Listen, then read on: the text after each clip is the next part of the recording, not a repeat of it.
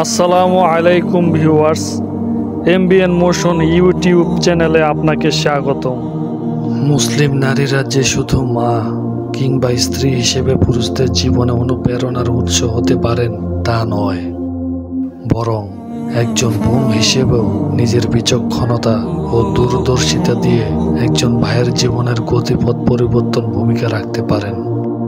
সাফওয়ানা বিনতে হাতিম ছিলেন এমনই একজন বোন যিনি বয়স এবং পদ মর্যাদায় ছোট হওয়া সত্ত্বেও সম উপযোগী ও বুদ্ধিদীপ্ত পরামর্শ প্রদানের মাধ্যমে তার ভাই আদি ইবনে হাতেমকে ইসলামের পথে আকৃষ্ট করতে সক্ষম হয়েছিলেন।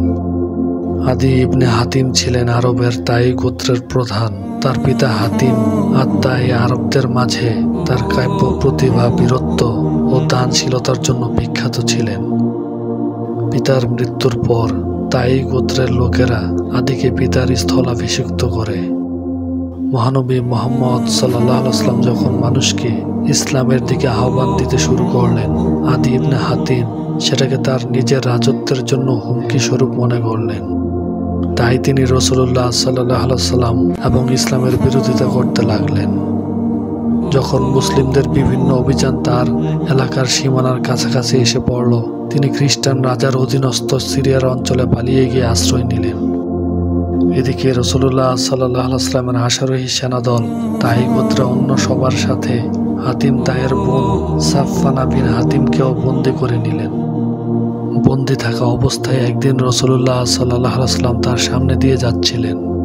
তিনি তখন রাসূলুল্লাহ সাল্লাল্লাহু আলাইহি ওয়াসাল্লামকে সম্বোধন করে বললেন, ইয়া রাসূলুল্লাহ, আমার উপর রহম করুন, আল্লাহ আপনার উপর রহম করবেন। আমি আমার গোত্র প্রধানের কন্যা হয়েও আজ বন্দিনী। আমার পিতা বন্দীদের মুক্তি দিতেন, দুর্বলদের রক্ষা করতেন, অতিথিদের সসম্মানে আপ্যায়ন করতেন, দুর্ভাগাদের দুর্দশা দূর করতেন, মানুষদের খাওয়াতেন, সবাইকে সালাম দিতেন, সবসময় মানুষের প্রয়োজন মেটানোর চেষ্টা করতেন। আমি সেই হাতিম তাইয়ের কন্যা। আজ আমার পিতা বেঁচে নেই। অনুগ্রহ করে আমার দুর্ভাগ্য নিয়ে আরব গোত্রসমূহকে উপহাস করার সুযোগ করে দেবেন না। তার এই বাকপটুতায় সন্তুষ্ট হয়ে রাসূলুল্লাহ সাল্লাল্লাহু আলাইহি ওয়াসাল্লাম সাহাবীদের বললেন, একে মুক্ত করে দাও। এর পিতা উত্তম আখলাক ভালোবাসতেন। তিনি আরো বললেন, কিন্তু যতক্ষণ তোমাকে নিরাপদে সাথে করে নিয়ে যাওয়ার জন্য কোনো বিশ্বাসী লোক না পাচ্ছ, ফিরে যাওয়ার ব্যাপারে তাড়াহুড়া করো না। তেমন কাউকে পেলে আমাকে জানিও। এরপর তাই গোত্রের একটি কাফেলা যখন সেখানে পৌঁছলো, তখন সাফওয়ানা তাদের সাথে যেতে চাইলেন। রাসূলুল্লাহ সাল্লাল্লাহু আলাইহি ওয়াসাল্লাম তাকে যাওয়ার অনুমতি দিলেন। সাথে দিলেন তার কাছে থাকা সেরা পোশাক, একটি বাহন এবং তার সফরের জন্য প্রয়োজনীয় রসদ। রাসূলুল্লাহ সাল্লাল্লাহু আলাইহি ওয়াসাল্লাম ও তার সাহাবীদের এই দয়াদ্র ব্যবহার এবং ইসলামের সৌন্দর্য সাফওয়ানাকে মুগ্ধ করল। বাড়ি ফিরে আসার পর তার বড় ভাই আদি ইবনে হাতিম তার সাথে দেখা করতে আসলেন এবং তাকে বললেন, আচ্ছা, ওই মানুষটিকে অর্থাৎ রাসূলুল্লাহ সাল্লাল্লাহু আলাইহি ওয়াসাল্লামকে নিয়ে কি করা যায় বলো তো। সাফওয়ানা ভাইকে ইসলামের দাওয়াত দেওয়ার এই সুবর্ণ সুযোগটি হাতছাড়া করতে চাইলেন না।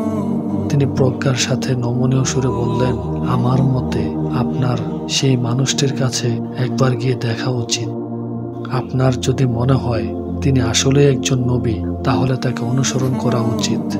কারণ যারা তার অনুসরণে অগ্রগামী হতে পারবে তাদের কল্যাণের সম্ভাবনা বেশি। আর যদি তেমনটি না মনে হয়, তাহলেও আপনার ক্ষতি নেই। আমি জানি আপনি একজন জ্ঞানী ও বিচক্ষণ ব্যক্তি। সঠিক সিদ্ধান্ত নেওয়ার ক্ষমতা আপনার আছে। তবে আমার কথা যদি জানতে চান, আমি ইসলামকে আমার দ্বীন হিসেবে গ্রহণ করে নিয়েছি।